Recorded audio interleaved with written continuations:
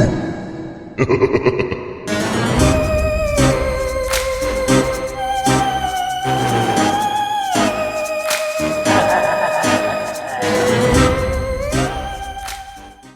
everyone, welcome back to Haunted and Shit, a podcast where we talk about haunted shit and all things spooky, scary, creepy.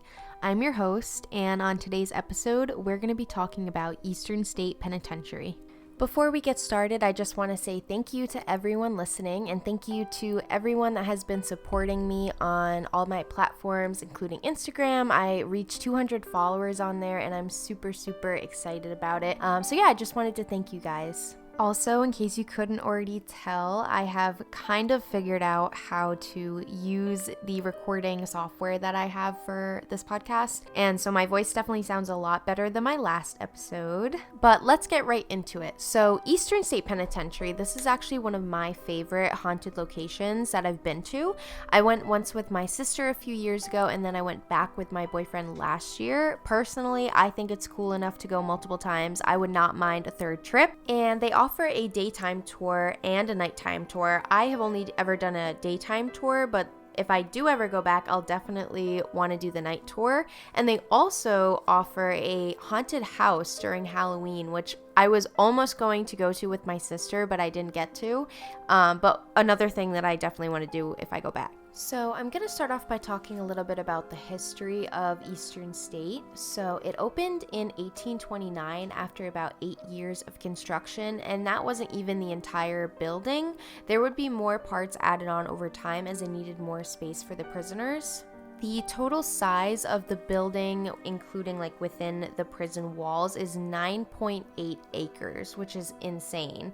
And the height of the walls that surrounded the prison were 30 feet high, made of stone. So I thought while we're at it, I would throw some fun facts in here for you guys. So fun fact number 1 is that on the self-guided tour recording, so basically the way that the self-guided tour works is they give you a set of headphones and a like little remote, and it has numbers on it, and then you click which number corresponds with which part of the prison that you're in, if that makes sense. So like you walk up to a cell and let's say it says number 3, you look at your thing, press number 3, and it tells you a little bit about that area. So it's kind of like having a tour guide, but you don't have a person in front of you. So it's nice because you can go at whichever pace and whichever order you want to go in. So that's actually one of the parts of the tour that I really enjoy, because a lot of other tours are a little bit more constricting and you kind of have to stay with your group and listen to the tour guide and go through everything. But this is kind of a little bit more, you can do whatever you want. But on one of the recorded parts, Steve Buscemi, who's a famous actor if you don't know him,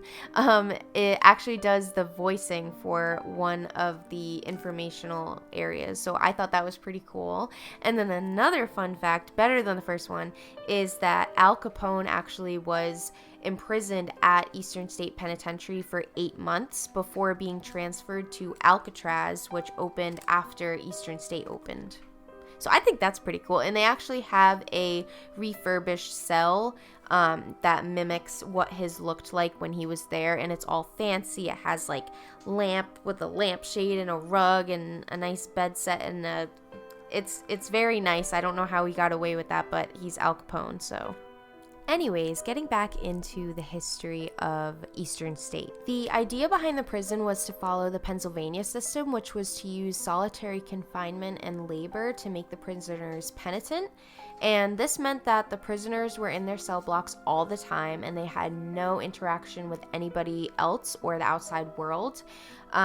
When they did come out of their cells to do work or whatever the guards were taking them to do, they had bags put over their heads so they couldn't see anybody else or speak to anyone else, or they couldn't figure out the layout of the building as well, which was kind of smart. Now, I'm sure many of these prisoners would have rather just stayed in their cell, because when they were brought out of their cell, they were treated so horribly by the guards or anyone higher than them, which was literally everybody else in the prison.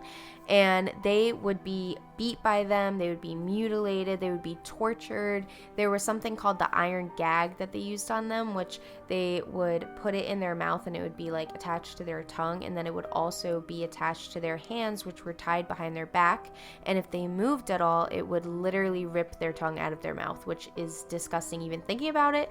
And there was actually a record of someone dying from this, so you can just imagine how horrible it was. And there was also something called a tight chair, which the prisoners would be tied to so tightly that it would cut off circulation in their limbs, and it would actually lead to many of the prisoners having to get their limbs amputated. When the prison was first built, it was actually built to only hold 250 prisoners, and eventually at one point the prison got to a capacity of 1,700 prisoners, and this would definitely become a problem. Overcrowding was very much a thing. They eventually did have to put prisoners in cells with each other, which would lead to murders happening, because when you're in solitary for a certain amount of time and then you get another person thrown in with you, that's a huge change, especially for these people, because they were in solitary confinement, so they had no interaction with other people. So when they were put together, this was a big thing for them, and unfortunately, there were a couple murders, and there also were a couple guards that got murdered too. So you can imagine that the conditions that these people are going through in the prison would lead to many escapes, and this was the case. There were over 100 people that tried to escape the prison, and actually only one guy got away. Everyone else was either shot on site while they were trying to escape, or they were recaptured and brought back into the prison. But out of all of them, there was only one man who somehow got away. His name was Leo Callahan, and I don't know how he did it, but he made it out. So there's a lot of death happening on this property, a lot of natural deaths as well as unnatural deaths. There were many suicides, over 50 suicides, many murders, like inmates versus inmates murdering each other, but a lot of the deaths also came from illness, such as tuberculosis, because back then, if someone gets sick in an enclosed place like that, there's really no way of stopping it from spreading and unfortunately killing a lot of people. And also a lot of the prisoners also died from old age, just because they were so old, or they were kept in the prison for so long that they just ended up passing away. So because of all these deaths, you can imagine that this place is pretty haunted, or allegedly haunted, and it's been visited by a lot of paranormal investigators. It's also been featured on Ghost Hunters. There are certain parts of the prison that many people have reported seeing or hearing what they thought were paranormal voices or figures. So in cell block 12, this is an area that is known for voices and laughing happening. Cell block 6 is where someone apparently saw a shadow running down the hall. In cell block 4, people said that they saw ghostly faces or apparitions. One of the more famous reports comes from someone who was maintaining the locks at the prison in the early 1990s. He was working in cell block 4, and he said that he felt a force that gripped him, and it was so tight that he wasn't able to move, and he kind of felt a very negative energy that came out of the cell. And he also said that he saw faces that appeared in the walls of the cell, and he said that he also heard those faces like calling to him, which in my opinion, if you were gonna report that there was a ghost sighting, that's a very specific, and like I feel like a lot of people don't report things similar to that explanation, so it could have been, guys. We might have some ghosts here. But overall, there have just been a lot of reports of people, hearing voices or hearing footsteps and just odd sounds coming from different areas of the prison.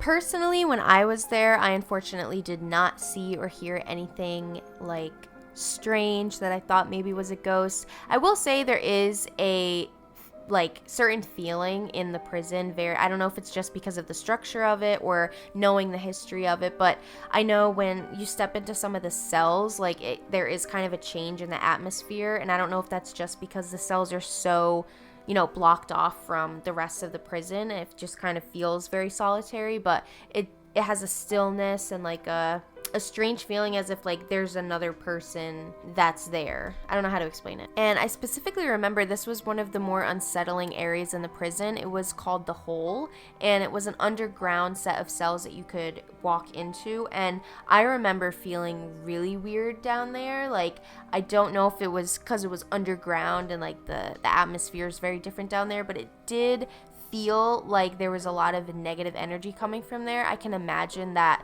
you know, those people were treated horribly down there, so it was creepy. Now, is this because there's ghosts there, or is this just because it is a beacon for negative energy because of all the death that has happened there? I don't know. I don't think we will ever know, but I will say some of the areas in Eastern State definitely give a paranormal feeling. And if you are into that stuff, I highly recommend visiting Eastern State Penitentiary. It is just as skeptical to see in and of itself, just the building, but learning about the history and learning about the things that have happened there, and also maybe getting the chance to see a ghost, I think is totally worth it. So highly recommend. But that is all I have for you guys tonight. I am going to wrap this up by saying thank you so much to everyone who listened. If you haven't already checked out Haunted and Shit on Instagram, it is at haunted.and.sh_t. And there's a link tree in my bio to all my different links.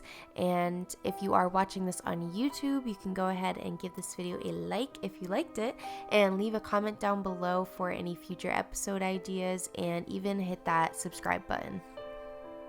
Also, all the information that I shared with you guys today is coming from the links down in the description. So if you want to check out more about Eastern State, the links will be down there. There's a lot more history behind this place, but I kind of kept it short and sweet for today's episode. But there is a lot more, detail to like all the history before the penitentiary opened, and how the Pennsylvania system affected the running of the place, and kind of the downfall of the penitentiary as well. But if you want to learn more about that, those links will be down in the description. But other than that, thank you guys so much for listening. Stay spooky, and I'll see you next Thursday.